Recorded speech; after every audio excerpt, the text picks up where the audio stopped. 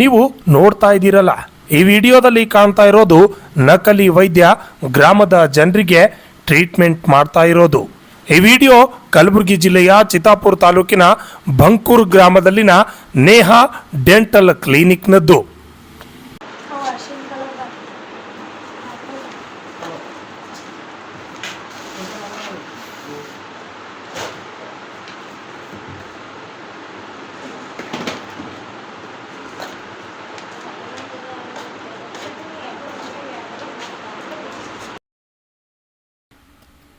ಈ ಕ್ಲಿನಿಕ್ನಲ್ಲಿ ಟ್ರೀಟ್ಮೆಂಟ್ ಮಾಡ್ತಾ ಇರೋದು ಅಪ್ಪ ಹಾಗೂ ಮಗಳು. ಅಪ್ಪ ಸರ್ಕಾರಿ ರಿಟೈರ್ಡ್ ಫಾರ್ಮಸಿಟಿ ಅಧಿಕಾರಿ ಆದ್ರೆ ಮಗಳು ಡೆಂಟಲ್ ಓದಿದ್ದಾಳೆ. ಇಬ್ಬರು ಕೂಡಿ ಅಲ್ಲಿನ ಜನರ ಜೊತೆ ಚೆಲ್ಲಾಟ ಆಡ್ತಾ ಇರೋದಂತೂ ನಿಜ. KPME ರಿಜಿಸ್ಟ್ರೇಷನ್ ಇಲ್ಲ. ಇದರ ಬಗ್ಗೆ ಕಲಬುರಗಿ ಜಿಲ್ಲಾ ಕುಟುಂಬ ಕಲ್ಯಾಣ ಅಧಿಕಾರಿಗಳಿಗೆ ಮಾಹಿತಿ ನೀಡಿದಾಗ ಜಿಲ್ಲಾ ಕುಟುಂಬ ಕಲ್ಯಾಣ ಅಧಿಕಾರಿಗಳಾದ ರತಿಕಾಂತ್ ಸ್ವಾಮಿ ಅವರು ಸ್ಥಳಕ್ಕೆ ಆಗಮಿಸಿ ಆಸ್ಪತ್ರೆಯನ್ನ ಸೀಸ್ ಮಾಡುವಂತಹ ಕೆಲಸ ಮಾಡಿದ್ದಾರೆ.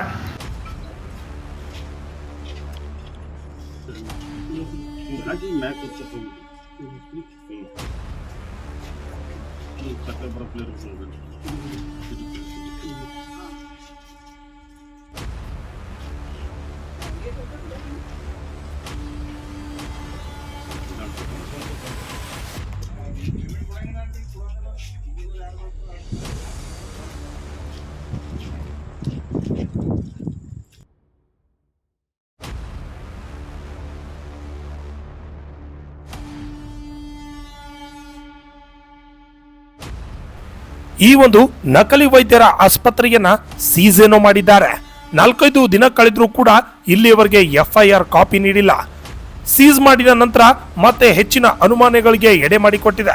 ಇದರ ಬಗ್ಗೆ ಜಿಲ್ಲಾ ಕುಟುಂಬ ಕಲ್ಯಾಣಾಧಿಕಾರಿಗಳಾದ ರತಿಕಾಂತ್ ಸ್ವಾಮಿ ಅವರು ಮಾತನಾಡಿ, ಈಗಾಗಲೇ ಅನೇಕ ಆಸ್ಪತ್ರೆಗಳಿಗೆ ದಂಡ ವಿಧಿಸಲಾಗಿದೆ ಎಂದು ತಿಳಿಸಿದ್ದು, ನೇಹಾ ಡೆಂಟಲ್ ಕ್ಲಿನಿಕ್ ಬಗ್ಗೆ ಯಾವುದೇ ರೀತಿಯಾದಂತಹ ಸಂಪೂರ್ಣ ಮಾಹಿತಿ ನೀಡಿಲ್ಲ. ಅಲ್ಲದೆ ಇದರಲ್ಲಿ ಚಿತ್ತಾಪುರ ತಾಲೂಕಾ ವೈದ್ಯಾಧಿಕಾರಿ ಕೈವಾಡ ಇದೆ ಎನ್ನುವುದು ಸಂಶಯ ವ್ಯಕ್ತವಾಗುತ್ತಿರೋದಂತೂ ನಿಜ. ಏಕೆಂದ್ರೆ ಇದರ ಬಗ್ಗೆ ನಕಲಿ ವೈದ್ಯ ತಾಲೂಕಾ ಆರೋಗ್ಯ ಅಧಿಕಾರಿ ಹೆಸರು ಪ್ರಸ್ತಾಪಿಸಿದ್ದು ಕಂಡು ಬಂದಿದೆ.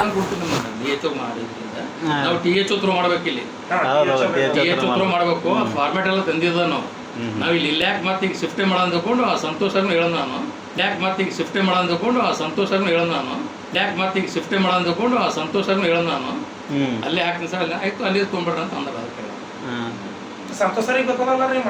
ಯಾರ್ರೀ ಅವ್ರು ಮೊನ್ನೆ ಬಂದಾರ ಪಾಪ ಅವ್ರನ್ನ ಈಗ ನಮ್ಮ ಹುಡುಗಿ ಮಾಡೋದು ಗೊತ್ತಿಲ್ಲ ಅವ್ರಿಗೆ. ಇನ್ನು ಈ ಆಸ್ಪತ್ರೆಯಲ್ಲಿ ಸರ್ಕಾರಿ ಆಸ್ಪತ್ರೆಯಲ್ಲಿ ಇರುವಂತಹ ಅನೇಕ ಟ್ಯಾಬ್ಲೆಟ್ಗಳು ಸಿಕ್ಕಿವೆ. ಇದರ ಬಗ್ಗೆ ಸೂಕ್ತವಾದ ಕ್ರಮ ಕೈಗೊಳ್ಳಬೇಕಾಗಿದೆ. ಆದರೆ ಅಧಿಕಾರಿಗಳು ಯಾಕೆ ಹಿಂದೇಟು ಹಾಕ್ತಾ ಇದ್ದಾರೆ ಅನ್ನೋದೇ ಯಕ್ಷ ಪ್ರಶ್ನೆಯಾಗಿದೆ. ಶೀಘ್ರದಲ್ಲಿಯೇ FIR ನೀಡಬೇಕು ಎಂದು ಅನೇಕರು ಬುದ್ಧಿಜೀವಿಗಳು ಒತ್ತಾಯ ಮಾಡಿದ್ದಾರೆ. ಇನ್ನು ಈ ಬಗ್ಗೆ ಜಿಲ್ಲಾ ಆರೋಗ್ಯ ಮತ್ತು ಕುಟುಂಬ ಕಲ್ಯಾಣ ಅಧಿಕಾರಿಗಳಾದ ಡಾಕ್ಟರ್ ರತಿಕಾಂತ್ ಸ್ವಾಮಿ ಅವರಿಗೆ ಕೇಳಿದಾಗ ಅವರು ಹೇಳಿದ್ದು ಹೀಗೆ. ಜಿಲ್ಲಾಧಿಕಾರಿಗಳು ಒಂದು ಆಯಾ ಸಹಾಯಕ ಆಯುಕ್ತರ ನೇತೃತ್ವದಲ್ಲಿ ಒಂದು ತಂಡಗಳನ್ನು ಮಾಡಿದರು. ಆ ತಂಡಗಳು ಡಿಸೆಂಬರ್, ಜನವರಿ ಮತ್ತು ಫೆಬ್ರವರಿ ತಿಂಗಳಲ್ಲಿ ಎಲ್ಲ ಕಡೆ ವಿಸಿಟ್ ಮಾಡಿ 98 KPME ವೈಲೇಷನ್ ಕೇಸಸ್ಗಳನ್ನು ಬುಕ್ ಮಾಡಿದರು. ಆ 98 ಕೇಸಸ್ಗಳಲ್ಲಿ 49 ಕೇಸಸ್ಗಳು ಮೊನ್ನೆ 22ನೇ ತಾರೀಕಿಗೆ ಇತ್ಯರ್ಥ ಮಾಡಲಿಕ್ಕೆ ಜಿಲ್ಲಾ ಮಟ್ಟದ ನೋಂದಣಿ ಮತ್ತು ಕುಂದುಕೊರತೆಗಳ ಸಭೆಯನ್ನು ಕರೆದಿದ್ವಿ ಮಾನ್ಯ ಜಿಲ್ಲಾಧಿಕಾರಿಗಳ ಅಧ್ಯಕ್ಷತೆಯಲ್ಲಿ. ಅಲ್ಲಿ ನಾವು 49ರಲ್ಲಿ 48 ಪ್ರಕರಣದಲ್ಲಿ ದಂಡವನ್ನು ವಿಧಿಸಿದ್ದಾರೆ. ಟೋಟಲ್ 21,35,000 ದಂಡ ವಿಧಿಸಿದ್ದೀವಿ. ಒಬ್ಬೊಬ್ಬರಿಗೆ 1 ಲಕ್ಷ ತನಕ ದಂಡ ವಿಧಿಸಿದ್ವಿ. ಮತ್ತು ಇನ್ನೂ ಹಲವರಿಗೆ 50,000 ತನಕ, ಒಬ್ಬರಿಗೆ 10,000, 5,000ಗೆ ದಂಡ ವಿಧಿಸ್ತೀವಿ. ಒಂದು ವೇಳೆ ದಂಡ ಕೊಡಲಿಲ್ಲ ಅಂತಂತಂದರೆ ನಾವು ಆಸ್ತಿ ಮುಟ್ಟುಗೋಲು ಹಾಕಲಿಕ್ಕೆ ಮಾನ್ಯ DC ಅವರು ಆದೇಶ ಮಾಡಿದ್ದಾರೆ. ದಂಡ ಹಾಕಿದಾರಲ್ಲ ಸರ್, ಯಾವ್ಯಾವ ಒಂದು ವೇಳೆ ಅವರು ತುಂಬಲಿಲ್ಲ ಅಂತಂದರೆ ಕೋರ್ಟ್ ಪ್ರೊಸೀಡಿಂಗ್ಸ್ ಸ್ಟಾರ್ಟ್ ಮಾಡಿರಿ ಅಂತ ಹೇಳಿದ್ದಾರೆ. ಕೋರ್ಟಲ್ಲಿ ನ್ಯಾಯಾಲಯದ ದಾವೆ ಹೊರಡಲಿಕ್ಕೆ ನಮಗೆ ಆದೇಶ ಮಾಡಿದ್ದಾರೆ. ಸೊ ಅದರಂತೆ ನಾವು ಈಗ ಮುಂದಿನ ಕಾರ್ಯಕ್ರಮ ನಾವು ಹಾಕ್ಕೊಂಡಿದ್ದೀವಿ. ಸರ್, ಈಗ ನೀವು ಮಾಡಿದ್ರಲ್ಲ FIRಗಳು ಏನು ಎಜುಕೇಶನ್ ಇತ್ತು ಸರ್ ಅವ್ರದ್ದು, ಏನಾಗಿತ್ತು? ಡಾಕ್ಟರ್ ಅಂದ್ರೆ BHM ಇಸ್ತೀರಾ? ಈಗ ಬಹಳಷ್ಟು ಕೇಸುಗಳಲ್ಲಿ ಅವ್ರದ್ದು KPMB ರಿಜಿಸ್ಟ್ರೇಷನ್ ಇದ್ದಿಲ್ಲ. ಹಲವು ಪ್ರಕರಣದಲ್ಲಿ ಅವರು ಯಾವುದೇ ಕ್ವಾಲಿಫಿಕೇಷನ್ಸ್ ಇದ್ದಿಲ್ಲ. ಒಬ್ಬರು PUC, ಒಬ್ಬರು 10th ಹೀಗೆಲ್ಲ ಮಾಡಿ ಎಲ್ಲ ಪ್ರಾಕ್ಟೀಸ್ ವೈದ್ಯ ವೃತ್ತಿ ಮಾಡ್ತಾಯಿದ್ರು. ಅಂಥವ್ರಿಗೆಲ್ಲ 1.5 ಲಕ್ಷ ತನಕ ದಂಡ ವಿಧಿಸಿದ್ದಾರೆ. ಟೋಟಲ್ ಇದು ಗುಲ್ಬರ್ಗದಲ್ಲಿ ಇಂಥವು ಎಷ್ಟು ಪ್ರಕರಣಗಳು ಬೆಳಕಿಗೆ ಬಂತು ಸರ್? ಟೋಟಲ್ ಕ್ವಾಲಿಫಿಕೇಶನ್ ಇಲ್ಲ ಸದ್ಯ 98 ಲಾಸ್ಟ್ 3 ಮಂತ್ಸಲ್ಲಿ 98 ಆಗಿದೆ. ಅಂದರೆ ಡಿಸೆಂಬರ್, ಜನವರಿ, ಫೆಬ್ರವರಿದಲ್ಲಿ. ಈಗ ಮುಂದಿಂದ ಮತ್ತೆ ಕ್ರೋಢೀಕರಿಸಿ ನಾವು ಮತ್ತೆ ಇದು ಸಭೆಯಲ್ಲಿ ಇಡ್ತೀವಿ. ನಾವು ಒಂದು ಬರ್ಕೂರು ಪ್ರಕರಣ ಕೊಟ್ಟಿದ್ದೀವಿ ಸರ್, ತಮ್ಮಗೂ ಕೊಟ್ಟಿದ್ದೀವಿ TH1. ಅದು ಆ ಪ್ರಕರಣ ಎಲ್ಲಿ ತನಕ ಬಂದಿದೆ ಸರ್? ಅದನ್ನ ನೋಡ್ತೀನಿ, ವೆರಿಫೈ ಮಾಡ್ತೀನಿ ಏನದು. ಈಗ ನಾವು ಕೊಟ್ಟು ಒಂದು 5-6 ದಿನ ಆಯ್ತು ಸರ್. ನಿಮಗೂ ಗಮನ ವೆರಿಫೈ ಮಾಡ್ತೀವಿ, ಅದನ್ನು ಬಂದಿದ್ದೀವಿ, ವೆರಿಫೈ ಮಾಡ್ತೀವಿ. ಈಗ ಆಲ್ರೆಡಿ TH ಅವರಿಗೆ ಕಳಿಸಿದ್ದೀವಿ ನಾವು. ಸಮಯ ಇಂಥ ಸಾಕಷ್ಟು ಪ್ರಕರಣಗಳು ಬಂದಿರ್ತಾವ.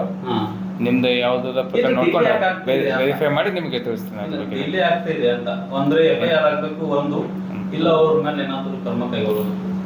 ಎರಡರದಾಗ ಒಂದು ಯಾವುದೇ ಒಂದು ಇಲ್ಲ ಆಗ್ತದೆ. ಯಾಕಂದ್ರೆ ನಾವು ಬಹಳಷ್ಟು ಕೆಲಸಗಳಿವೆ, ನಮ್ದು ರುಟೀನ್ ವರ್ಕ್ಸ್ ಬಹಳಷ್ಟು ಇವೆ. ಮಳೆಗಾಲ ಎಲ್ಲ ಪ್ರಾರಂಭ ಆಯ್ತು, ನಮಗೆಲ್ಲ ಬಹಳಷ್ಟು ಕೆಲಸಗಳು ಇರ್ತವೆ, ಆಫೀಸ್ ಕೆಲಸಗಳಿಂದ ಇರ್ತವೆ. ಒಂದು ಮಾಡ್ಕೊತಾ ಹೋಗ್ತೀವಿ. ಇದನ್ನು ಕೂಡ ಮಾಡ್ತಾ ಹೋಗ್ತೀವಿ, ಯಾವ ಡಿಲೇ ಮಾಡ್ತಾ ಹೋಗಲ್ಲ, ಎಲ್ಲ ಮಾಡ್ತೇವೆ. ಒಂದೊಂದು ಅಂತಿಮ ಘಟ್ಟಕ್ಕೆ ತಂದು ಮತ್ತೊಂದು ಕೇಸ್ ಹಿಡ್ತೀವಿ ಸರ್. ಇಷ್ಟೆಲ್ಲ ಆದರೂ ಕೂಡ ಮುಂದೆ ಅದೇ ವೈದ್ಯರು ಅದೇ ಆಸ್ಪತ್ರೆಯಲ್ಲಿ ಕಂಟಿನ್ಯೂ ಆದರೆ ಕ್ರಮ ಏನು ಬರುತ್ತೆ? ಅದಕ್ಕೆ ನಾವಂತೀವಿ ಸೆಕ್ಷನ್ 19A ಅಂತ ಪ್ರಕರಣದಲ್ಲಿ ಕಾಗ್ನಿಜೆನ್ಸ್ ಆಫ್ ಅಫೆನ್ಸ್ ಅಂತೀವಿ. ಹಾಗೆ ಮತ್ತೊಮ್ಮೆ ಅವ್ರಿಗೆ FIR ಆಯ್ತು ಅಂತಂದರೆ ಅವರಿಗೆ ಜೈಲು ಆಗೋ ಸಂಭವ ಇರ್ತದೆ. ಅದಕ್ಕೆ ಅಂಥವು ಬಂದದ್ದು ಸೀರಿಯಸ್ ಮ್ಯಾಟ್ರ್ ಆಗ್ತದೆ. ಈಗ ಎಷ್ಟಾಗಿ ಅವ್ರಿಗೆ ಪರ್ಸನಲಿ ವಿಸಿಟ್ ಮಾಡಿಸ್ತೀರಾ? ಇನ್ನು ಯಾರಾದ್ರೂ ಆಫೀಸರಿಗೆ ಅಪಾಯಿಂಟ್ ಮಾಡಿದಾರ? ಅದು ಇಲ್ಲ, ಈಗೆಲ್ಲ ನಾವೆಲ್ಲ ಅವರಿಗೆಲ್ಲ ನೋಟಿಸ್ ಸರ್ವ್ ಮಾಡ್ತೀವಿ. 7 days ಟೈಮ್ ಕೊಟ್ಟಿದ್ದೀವಿ. 7 daysದಲ್ಲಿ ಅವರೆಲ್ಲ ಫೈನ್ ಕಟ್ಟಬೇಕು. ಅದರಲ್ಲಿ ಫೈನ್ ಕಟ್ಟಲಿಲ್ಲ ನ್ಯಾಯಾಲಯದಲ್ಲಿ ಮೊಕದ್ದಮೆ ಮಾಡ್ತೀವಿ. ಫೈನ್ ಕಟ್ಟಾದ್ಮೇಲೂ ಅವ್ರು ಪ್ರಾರಂಭ ಮಾಡ್ಬೋದಾ? ಅದು ಸೆಕೆಂಡ್ ಅಫೆನ್ಸ್ ಆಗ್ತದೆ. ಮತ್ತೆ ಸೆಕೆಂಡ್ ಅಫೆನ್ಸ್ ಆಗಿದ್ರೆ ಮತ್ತೆ ಜೈಲು ಶಿಕ್ಷೆ ಆಗ್ತದೆ. ಮಾಡ್ಕೋಬೋದು. KPMB ರಿಜಿಸ್ಟ್ರೇಷನ್ ಮಾಡ್ತೀರಲ್ಲ, ಅದು ಯಾವ ರೀತಿ ಪ್ರೊಸೀಜರ್ ಇರುತ್ತೆ ಅಂತ? KPMB ಫಸ್ಟ್ ನಮ್ದೊಂದು ವೆಬ್ಸೈಟ್ ಇದೆ, KPMB ವೆಬ್ಸೈಟ್. ಆ ವೆಬ್ಸೈಟಲ್ಲಿ ಹೋಗಿ ಅದೇನು ಚೆಕ್ ಲಿಸ್ಟ್ ಕೇಳ್ತಾರಲ್ಲ, ಆ ಚೆಕ್ ಲಿಸ್ಟ್ ಎಲ್ಲ ಫಿಲ್ಅಪ್ ಮಾಡಬೇಕು. ಇಂತಿಷ್ಟು ಫೀಸ್ ಅಂತ ಇರುತ್ತೆ, ನಿಗದಿತ ಫೀಸೆಲ್ಲ ಕಟ್ಟಬೇಕು. ಕಟ್ಟಿದ ಮೇಲೆ ನಮ್ಮದು ತಾಲೂಕಾ ಆರೋಗ್ಯಾಧಿಕಾರಿ ನನ್ನ ಲಾಗಿನ್ಗೆ ಬಂದುಬಿಡ್ತದೆ. ಲಾಗಿನ್ ಬಂದಮೇಲೆ ಅವರು ವಿಸಿಟ್ ಮಾಡೋದೇನು ಅವಶ್ಯಕತೆ ಇಲ್ಲ. ಅದೆಲ್ಲ ಕ್ವಾಲಿಫಿಕೇಷನ್ ಎಲ್ಲ ಕರೆಕ್ಟ್ ಆಗಿತ್ತು ಅಂತಂದರೆ ಅದು ಪರ್ಮಿಷನ್ ಕೊಟ್ಬಿಡ್ತಾರೆ. ಈಗ ಆಮೇಲೆ ಹೋಗಿ ಇನ್ಸ್ಪೆಕ್ಷನ್ ಮಾಡ್ಬೋದು ನಾವು. ಈಗ ಡೆಂಟಲ್ ಆಮೇಲೆ ಒಂದೆರಡನೇ ಅವ್ರಿಗೆ ಅಪ್ಲೈ ಮಾಡಿ ಒಂದು 90 days ಆಯಿತು, ನಾವು ಯಾವುದೇ ಆ್ಯಕ್ಷನ್ ತೊಗೊಂಡಿಲ್ಲ ನಮ್ಮ ತಾಲೂಕು ಆರೋಗ್ಯಾಧಿಕಾರಿ ಅಂದ್ರೆ deem that it is arrested ಅಂದಂಗೆ. 90 days ಒಳಗೆ ನಾವು ಅದು ಇತ್ಯರ್ಥ ಮಾಡಬೇಕು. ಸರ್, ಇನ್ನೊಂದು, ಈಗ ನಾವು ಡೆಂಟಲ್ ಅಂತೇಳಿ ಪರ್ಮಿಷನ್ ತೊಗೊಂಡಿರ್ತಾರೆ, ಅದರಲ್ಲಿ ಜನರಲ್ನು ನೋಡ್ತಾರೆ. ಈಗ ಅಂಥ ಪ್ರಕರಣಗಳನ್ನು ಇದ್ದು ಇಲ್ಲಿ ನಮ್ಮಲ್ಲಿ. ನಾವು ಮೊನ್ನೆ ಸಭೆ ಮಾಡಿದಾಗ ಅಂಥ ಪ್ರಕರಣಗಳು ಕ್ರಾಸ್ ಪ್ರಾಕ್ಟೀಸ್ ಮಾಡೋದು ಪ್ರಕರಣಗಳು ಅಂಥದ್ರಿಂದ ಫೈನ್ ಹಾಕಿದ್ವಿ. 50,000 ತನಕ ಫೈನ್ ಹಾಕಿದ್ವಿ. KPMB ರಿಜಿಸ್ಟರ್ ಇದ್ದರೂ ಬೇರೆ ಒಂದು ಸಿಸ್ಟಮ್ ಆಫ್ ಮೆಡಿಸಿನ್ದಲ್ಲಿ ಕ್ವಾಲಿಫೈ ಆಗಿ ಮತ್ತೊಂದು ಸಿಸ್ಟಮ್ ಆಫ್ ಮೆಡಿಸಿನ್ದಲ್ಲಿ ಪ್ರಾಕ್ಟೀಸ್ ಮಾಡ್ತಾ ಇರ್ತಲ್ಲ, ಅವರಿಗೂ ಕೂಡ ನಾವು ಮೊನ್ನೆ ಪ್ರಾಧಿಕಾರದ ಸಭೆಯಲ್ಲಿ ದಂಡ ವಿಧಿಸಿದ್ದೀವಿ.